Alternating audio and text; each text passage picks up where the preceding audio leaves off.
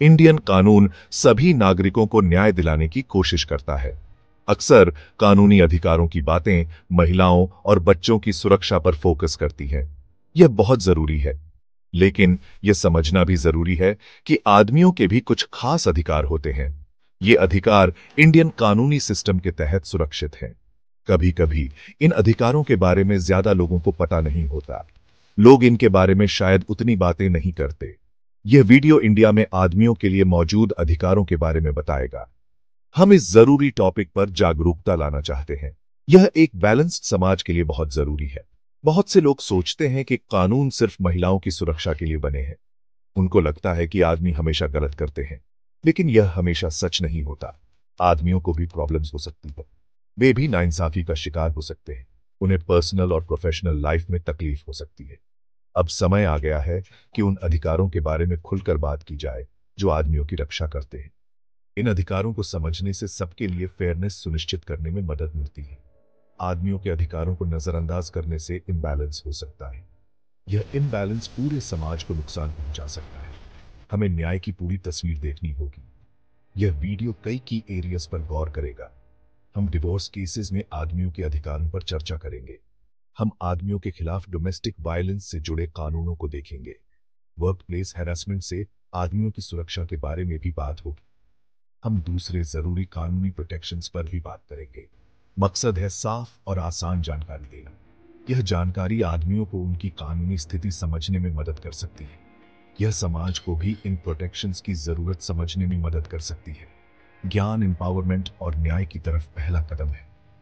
आदमियों के अधिकारों को पहचानने का मतलब महिलाओं के अधिकारों को कमजोर करना नहीं है। इसका मतलब है सबके लिए एक फेयर सिस्टम बनाना। एक न्यायपूर्ण कानूनी सिस्टम सबका ख्याल रखता है। यह सुनिश्चित करता है कि किसी के साथ गलत न हो। यह चर्चा इक्वालिटी के बारे में है। यह इस बारे में है कि कानून हर नागरिक के काम आए। हम देखेंगे कि इंडियन कानून यह बैलेंस बनाने की कोशिश कैसे करता है। हम देखेंगे कि आदमियों के लिए क्या प्रोटेक्शंस मौजूद है। यह समझ हमारे कानूनी ढांचे और सामाजिक सोच में तरक्की के लिए बहुत जरूरी है। डिवोर्स किसी के लिए भी बहुत मुश्किल समय हो सकता है। आदमी और औरत दोनों को इमोशनल और फाइनेंशियल स्ट्रेस होता है। इंडियन कानून डिवोर्स के दौरान आदमियों को कुछ अधिकार देता है। एक पति कई ग्राउंड्स पर डिवोर्स मांग सकता है। ये ग्राउंड्स वैसे ही हैं जैसे पत्नी के लिए होते हैं। पत्नी का अडल्टरी एक ऐसा ही ग्राउंड है।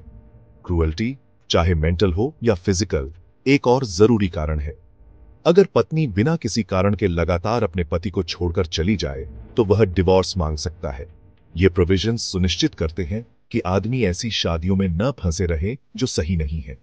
जब कोई कपल अलग होने का फैसला करता है तो फाइनेंसेस एक बड़ा मुद्दा बन जाता है। कानून दोनों स्पाउसेस के लिए मेंटेनेंस की बात करता है। वैसे तो आदमी अपनी पत्नियों को मेंटेनेंस देते हैं, पर कुछ सिचुएशंस में आदमी भी इसे क्लेम कर सकते हैं। अगर पति कमा नहीं पा रहा हो और पत्नी की अच्छी इनकम हो तो उसे सपोर्ट मिल सकता है। यह केस के स्पेसिफिक फैक्ट्स पर डिपेंड करता है। कोर्ट दोनों पार्टीज की फाइनेंशियल स्टेटस देखती है। मकसद यह सुनिश्चित करना है कि डिवोर्स के बाद कोई भी स्पाउस बेसहारा न रह जाए। आदमियों को इन पॉसिबिलिटीज के बारे में पता होना चाहिए। चाइल्ड कस्टडी डिवोर्स का एक और बहुत सेंसिटिव हिस्सा है। इंडियन कोर्ट्स बच्चे की वेलफेयर पर फोकस करती है। यह सबसे जरूरी फैक्टर है। पिताओं को अपने बच्चों की कस्टडी मांगने का अधिकार है।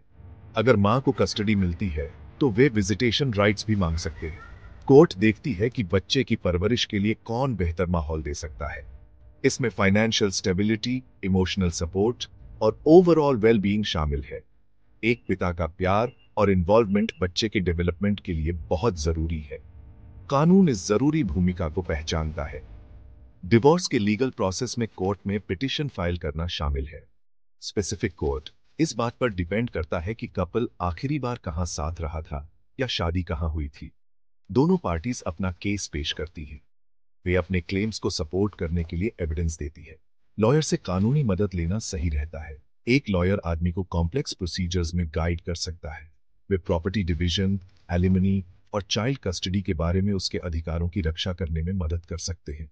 प्रोसेस को समझने से मुश्किल समय में इन्फॉर्म्ड डिसीजंस लेने में मदद मिलती है। इसे शांत दिमाग से हैंडल करना जरूरी है। जब हम डोमेस्टिक वायलेंस सुनते हैं तो हम अक्सर महिलाओं को विक्टिम समझते हैं। यह एक सीरियस इश्यू है और कानून महिलाओं की रक्षा करते हैं। लेकिन आदमी भी डोमेस्टिक वायलेंस के विक्टिम हो सकते हैं। यह वायलेंस फिजिकल, इमोशनल, वर्बल या फाइनेंशियल हो सकती है। यह घर के अंदर हो सकती है, पत्नी या दूसरे फैमिली मेंबर्स की वजह से। समाज को कभी कभी यह मानना मुश्किल लगता है कि एक आदमी विक्टिम हो सकता है। यह चुप्पी आदमियों के लिए मदद मांगना और मुश्किल बना सकती है, लेकिन यह कुछ आदमियों के लिए एक सच्चाई है। फिलहाल इंडिया का मेन डोमेस्टिक वायलेंस कानून protection of women from domestic violence act 2005 खास तौर पर महिलाओं के लिए है। इसका मतलब है कि आदमी विक्टिम के तौर पर इस खास एक्ट के तहत सीधे केस फाइल नहीं कर सकते। यह काफी बहस का मुद्दा है। बहुत लोग कहते हैं कि डोमेस्टिक वायलेंस कानून जेंडर न्यूट्रल होने चाहिए। उनका मानना है कि वायलेंस गलत है, चाहे विक्टिम कोई भी हो। हालांकि यह स्पेसिफिक कानून आदमियों को कवर नहीं करता, फिर भी आदमियों के पास कानूनी ऑप्शंस बिल्कुल खत्म नहीं है। वे इंडियन पीनल कोड या आईपीसी के दूसरे जनरल प्रोविजंस का इस्तेमाल कर सकते हैं। अगर किसी आदमी के साथ फिजिकल वायलेंस होती है तो वह आईपीसी के सेक्शंस के तहत कंप्लेंट फाइल कर सकता है, जैसे सेक्शन 323 जानबूझकर चोट पहुंचाना या सेक्शन 325 जानबूझकर गंभीर चोट पहुंचाना का इस्तेमाल किया जा सकता है। अगर क्रिमिनल इंटिमिडेशन धमकी दी जाती है तो आईपीसी का सेक्शन 506 लगाया जा सकता है। इमोशनल और वर्बल अब्यूज को जनरल कानूनों के तहत कोर्ट में साबित करना ज्यादा मुश्किल होता है, लेकिन जैसा पहले बताया गया, एक्सट्रीम क्रूएल्टी डिवोर्स का एक ग्राउंड हो सकता है। कुछ आदमियों को अपनी पत्नियों से डोमेस्टिक वायलेंस के झूठे आरोप भी झेलने पड़ते हैं। खासकर आईपीसी के सेक्शन 498A के तहत ऐसे कानूनों की मांग बढ़ रही है जो खास तौर पर आदमियों को डोमेस्टिक वायलेंस से बचें। एक्टिविस्ट ग्रुप्स जागरूकता बढ़ाने के लिए काम कर रहे हैं। उनका कहना है कि मेल विक्टिम्स को पहचानना सच्ची जेंडर इक्वालिटी के लिए जरूरी है। कुछ लीगल एक्सपर्ट्स भी डोमेस्टिक वायलेंस कानूनों को जेंडर न्यूट्रल बनाने के विचार का सपोर्ट करते हैं। इससे घर पर अब्यूज झेल रहे किसी भी व्यक्ति को सुरक्षा मिल सकेगी। तब तक जो आदमी विक्टिम है उन्हें जनरल क्रिमिनल लॉज पर निर्भर रहना होगा और अच्छी लीगल एडवाइस लेनी होगी। इस मुद्दे पर बातचीत धीरे धीरे बदल रही है, जो एक पॉजिटिव संकेत है। वर्कप्लेस हैरासमेंट एक सीरियस इश्यू है जो किसी भी एम्प्लॉई को अफेक्ट कर सकता है। यह एक हॉस्टाइल और अनप्रोडक्टिव वर्क एनवायरनमेंट बना सकता है। वैसे तो ज्यादातर फोकस महिलाओं की सुरक्षा पर रहा है, लेकिन आदमियों को भी काम पर हरासमेंट का सामना करना पड़ सकता है। यह हरासमेंट कई तरह का हो सकता है। यह सेक्सुअल हरासमेंट हो सकता है, लेकिन यह बुलिंग, इंटिमिडेशन या दूसरे नॉन सेक्सुअल हरासमेंट भी हो सकते हैं। इंडियन कानून आदमियों को ऐसी सिचुएशन से निपटने के लिए कुछ रास्ते देता है। आदमियों के लिए वर्कप्लेस में अपने अधिकारों को जानना जरूरी है। The sexual harassment of women at workplace prevention, prohibition and redressal act 2013 मुख्य रूप से महिलाओं के लिए है, लेकिन एक सेफ वर्कप्लेस के सिद्धांत सभी पर लागू होते हैं। कुछ कंपनीज की इंटरनल पॉलिसीज जेंडर न्यूट्रल होती हैं। ये पॉलिसीज सभी एम्प्लॉयज को हरासमेंट से बचाती है। अगर किसी आदमी को किसी कॉलीग से सेक्सुअल हरासमेंट का सामना करना पड़ता है, चाहे वह मेल हो या फीमेल, तो उसे अपनी कंपनी की पॉलिसी देखनी चाहिए। वह इसे इंटरनल कंप्लेंट्स कमेटी या ह्यूमन रिसोर्सेज डिपार्टमेंट को रिपोर्ट कर सकता है। कंपनी की ड्यूटी है कि वह जांच करे। हरासमेंट के दूसरे फॉर्म्स जैसे बुलिंग या मेंटल टॉर्चर के लिए भी आदमी एक्शन ले सकता है। अगर हरासमेंट सीवियर है तो यह आईपीसी के तहत क्रिमिनल इंटिमिडेशन माना जा सकता है। ऐसे केसेस में वह पुलिस कंप्लेंट फाइल कर सकता है। अगर हरासमेंट की वजह से हेल्थ प्रॉब्लम्स होती हैं या उसे रिजाइन करने के लिए मजबूर होना पड़ता है, तो उसके पास एम्प्लॉयर के खिलाफ हॉस्टिल एनवायरनमेंट बनाने के लिए लीगल एक्शन लेने का ग्राउंड हो सकता है। हरासमेंट की सभी घटनाओं को डॉक्यूमेंट करना बहुत जरूरी है। इसमें डेट्स, टाइम्स, क्या हुआ और कोई विटनेस शामिल है। यह एविडेंस बहुत काम का हो सकता है। कुछ लीगल एक्सपर्ट्स सभी तरह के वर्कप्लेस हरासमेंट के खिलाफ मजबूत जेंडर न्यूट्रल कानूनों की वकालत करते हैं। उनका मानना है कि इससे सभी को बेहतर सुरक्षा मिलेगी। तब तक आदमियों को मौजूदा कंपनी पॉलिसीज और जनरल कानूनों का इस्तेमाल करना चाहिए। कंपनीज के लिए भी ऐसा कल्चर बनाना जरूरी है जहां सभी एम्प्लॉयज सेफ और रिस्पेक्टेड महसूस करें। वर्कप्लेस कंडक्ट पर ट्रेनिंग प्रोग्राम्स हरासमेंट को रोकने में मदद कर सकते हैं। जो आदमी हरासमेंट का सामना कर रहे हैं उन्हें चुपचाप सहना नहीं चाहिए, उन्हें मदद लेनी चाहिए और अपने लीगल ऑप्शंस देखने चाहिए। एक सेफ वर्कप्लेस सबका अधिकार है। सेक्शन 5, झूठे आरोपों का सामना। एक आदमी का कानूनी बचाव। एक आदमी के लिए सबसे परेशान करने वाली सिचुएशंस में से एक है झूठा आरोप लगना। महिलाओं की सुरक्षा के लिए बने कुछ कानूनों का कभी कभी गलत इस्तेमाल होता है। इससे बेकसूर आदमियों को सीरियस चार्जेस का सामना करना पड़ सकता है। जैसे इंडियन पिनल कोड का सेक्शन 498 ए पति या उसके रिश्तेदारों द्वारा क्रूएल्टी से डील करता है। हालांकि यह कानून कई असली विक्टिम्स की मदद करता है, लेकिन बदले निकालने या शादी के झगड़ों में झूठी कंप्लेंट्स फाइल करने के भी केसेस हुए हैं। इसी तरह आईपीसी के सेक्शन 376 के तहत रेप के झूठे आरोप एक आदमी की लाइफ और रेपुटेशन बर्बाद कर सकते हैं। कानून आदमियों को झूठे आरोपों से अपना बचाव करने के तरीके देता है। अगर सेक्शन 498 ए के तहत झूठा केस फाइल होता है तो आदमी को अरेस्ट के डर से एंटिसिपेटरी बेल मांगने का अधिकार है। वह अपनी बेगुनाही साबित करने के लिए पुलिस और कोर्ट में एविडेंस पेश कर सकता है। इसमें कॉल रिकॉर्ड्स, मैसेजेस, गवाहों के बयान या कोई और सबूत हो सकता है जो आरोप लगाने वाले के क्लेम्स को झूठा साबित करे। यह एक लंबा और मुश्किल प्रोसेस है, लेकिन सच्चाई और मजबूत सबूतों के साथ झूठे केस से लड़ना जरूरी है। अगर आदमी बरी हो जाता है या केस झूठा पाया जाता है तो वह आरोप लगाने वाले के खिलाफ लीगल एक्शन ले सकता है। वह आईपीसी के सेक्शन 499-500 के तहत डेफेमेशन का केस फाइल कर सकता है। यह उसकी रेपुटेशन को हुए नुकसान के लिए है। वह सिविल लॉ के तहत मैलिशियस प्रोसिक्यूशन का केस भी फाइल कर सकता है डैमेजेस क्लेम करने के लिए। कुछ आदमियों ने आईपीसी के सेक्शन 182 का भी इस्तेमाल किया है, जो पब्लिक सर्वेंट को झूठी जानकारी देने से डील करता है। ये एक्शंस गलत तरीके से आरोपी बनाए गए आदमी को कुछ न्याय दिलाने में मदद कर सकते हैं। सुप्रीम कोर्ट और कई हाई कोर्ट्स ने सेक्शन 498A जैसे कानूनों के मिसयूज को माना है। उन्होंने ऐसे केसेस में ऑटोमेटिक अरेस्ट को रोकने के लिए गाइडलाइंस जारी की है। पुलिस से उम्मीद की जाती है कि वे किसी को भी अरेस्ट करने से पहले प्रिलिमिनरी इंक्वायरी करें या बेकसूर लोगों की सुरक्षा की दिशा में एक कदम करें। लेकिन झूठे आरोपों की समस्या चिंता का विषय बनती है। ऐसी सिचुएशंस का सामना कर रहे आदमियों को मजबूत लीगल सपोर्ट और इमोशनल स्ट्रेंथ की जरूरत होती है।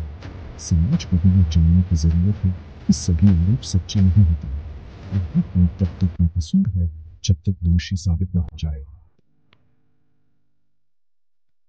सेक्शन 6, पितृत्व और कानून। पिता के तौर पर आदमियों के अधिकार। पिता बनना एक गहरा अनुभव है और बच्चे की लाइफ में पिता की भूमिका बहुत जरूरी होती है। इंडियन कानून पिताओं के अधिकारों को पहचानता है, खासकर चाइल्ड कस्टडी और गार्डियनशिप के मामलों में। डिवोर्स या सेपरेशन के बाद बच्चों के बारे में फैसले अक्सर सबसे दर्दनाक होते हैं। कोर्ट के लिए सबसे पहली कंसिडरेशन हमेशा बच्चे की वेलफेयर होती है। यह सिद्धांत कस्टडी से जुड़े सभी फैसलों को गाइड करता है। पिताओं को अपने बच्चों की कस्टडी मांगने का बराबर अधिकार है। यह ऑटोमेटिक नहीं है कि मां को ही कस्टडी मिलेगी। कस्टडी तय करते समय कोर्ट्स कई फैक्टर्स देखती है। इनमें हर पेरेंट की फाइनेंशियल स्टेबिलिटी शामिल है। वे देखते हैं कि कौन एक सेफ और अच्छा माहौल दे सकता है। बच्चे की अपनी इच्छा भी मानी जा सकती है अगर बच्चा अपनी पसंद बताने लायक बड़ा हो। एक पिता जो यह दिखा सकता है कि वह अच्छी देखभाल करने में केपेबल है, उसके कस्टडी पाने के स्ट्रॉन्ग चांस होते हैं। अगर मां को प्राइमरी कस्टडी मिलती भी है तो भी पिता को आमतौर पर विजिटेशन राइट्स मिलते हैं। ये अधिकार उसे अपने बच्चों के साथ रेगुलर टाइम बिताने देते हैं। इससे पिता बच्चे का बॉन्ड बना रहता है। कस्टडी और विजिटेशन के अलावा पिता Hindu minority and guardianship act 1956 के तहत अपने बच्चों के नेचुरल गार्डियन भी होते हैं। ज्यादातर मामलों में पिता को मां के बाद नाबालिग बच्चे और बच्चे की प्रॉपर्टी का नेचुरल गार्डियन समझा जाता है, लेकिन मां के अधिकार भी मजबूती से सुरक्षित है। हाल के दिनों में शेयर्ड पेरेंटिंग या जॉइंट कस्टडी के लिए जोर दिया जा रहा है। यह अप्रोच सेपरेशन के बाद भी दोनों पेरेंट्स को बच्चे की परवरिश में एक्टिव रूप से शामिल होने देता है। बहुत से एक्सपर्ट्स का मानना है कि यह अक्सर बच्चे के लिए सबसे अच्छा होता है। अगर किसी पिता को अपने बच्चे से मिलने नहीं दिया जाता या कस्टडी अरेंजमेंट्स में दिक्कतें आती हैं, तो वह कोर्ट जा सकता है। कोर्ट उसके अधिकारों को लागू करने के लिए ऑर्डर्स पास कर सकती है। पिताओं के लिए शुरू से ही अपने बच्चों की लाइफ में एक्टिव रूप से शामिल होना जरूरी है। इससे उनका क्लेम मजबूत होता है और सबसे जरूरी बात, बच्चे को फायदा होता है। एक जिम्मेदार और प्यार करने वाला पिता होना कानून द्वारा पहचाना और महत्व दिया जाता है। आदमी को जरूरत पड़ने पर अपने पेरेंटल राइट्स जताने में झिझकना नहीं चाहिए, हमेशा बच्चे की वेलफेयर को टॉप प्रायोरिटी पर रखते हुए।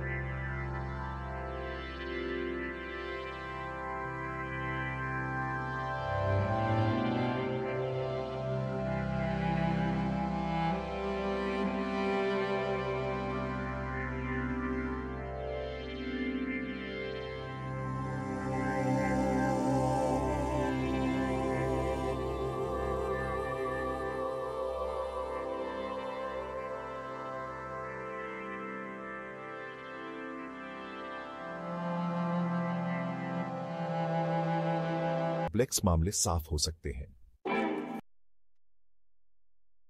सेक्शन 8, महत्वपूर्ण अदालती फैसले और पुरुषों के लिए बदलते कानून। इंडियन लीगल सिस्टम स्थिर नहीं है। यह समय और सामाजिक बदलावों के साथ बदलता रहता है। कोर्ट्स कानूनों की व्याख्या करने और अधिकारों की रक्षा करने में अहम भूमिका निभाती हैं।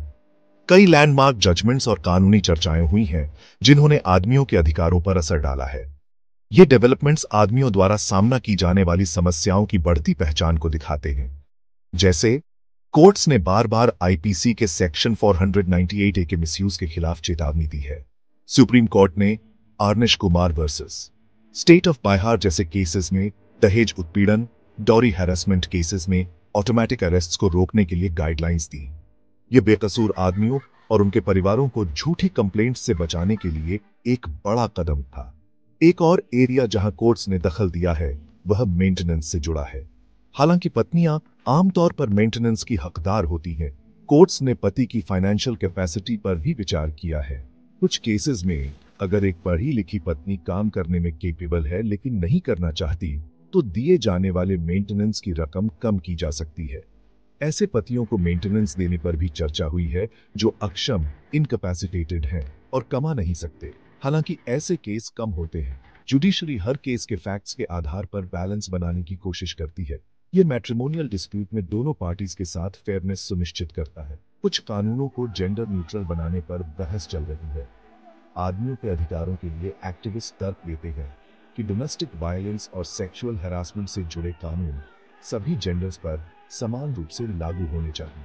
उनका मानना है कि कोई भी विक्टिम हो सकता है और कानून को सभी की रक्षा करनी चाहिए।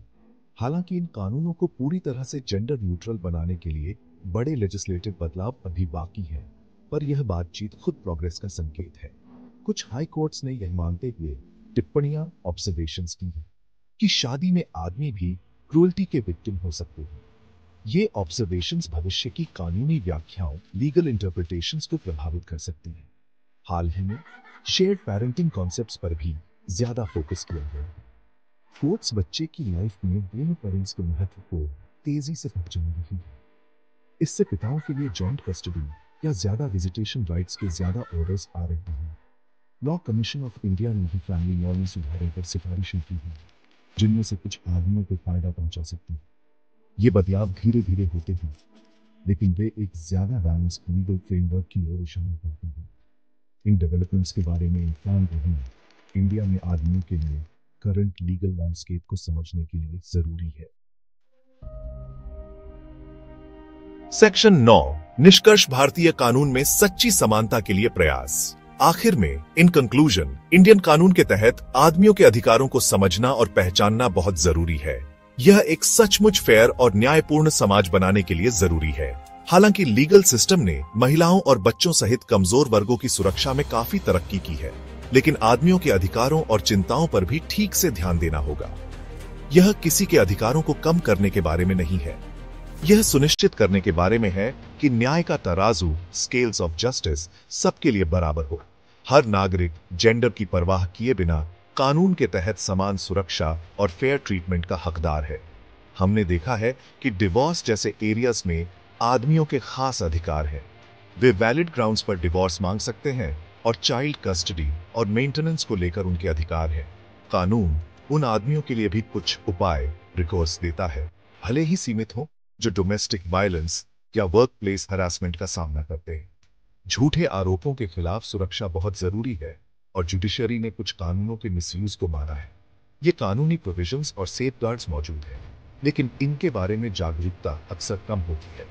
आदमियों को उनके कानूनी अधिकारों और उन्हें लागू करने के प्रोसीजर्स के बारे में एजुकेट करने के लिए और ज्यादा कोशिशों की जरूरत है। सच्ची इक्वालिटी का रास्ता लगातार कानूनी सुधार और सामाजिक सोच में बदलाव से होकर जाता है। कुछ कानूनों को जेंडर न्यूट्रल बनने पर और ज्यादा चर्चा की जरूरत है। इससे यह सुनिश्चित होगा कि अब्यूज में हरासमेंट के विक्टिम्स को सुरक्षा मिले, चाहे उनका जेंडर कुछ भी। उस स्टिग्मा को भी एड्रेस करना जरूरी है, जिसका सामना आदमी तब करते हैं जब वे विक्टिम के रूप में बनने की कोशिश करते हैं। समाज को यह मानना है कि आदमी भी बंदे हो सकते हैं। नाइंसाफी का सामना कर रहे आदमियों का सपोर्ट करना एक कलेक्टिव जिम्मेदारी। इससे फैमिली सिस्टम और समाज का तालमेल फैब्रिक ऑफ सोसाइटी मजबूत होगा। आखिरकार लीगल सिस्टम जैसे सभी नागरिक कानून को कभी फिर सम्मान देना होगा। आदमी के अधिकारों को दूसरे से लीगल कानून के साथ हाईलाइट करने और बनाए रखने से इंडिया इक्वालिटी के संवैधानिक वादे के करीब पहुंच सकता है। इस सफर में law makers, judiciary, civil society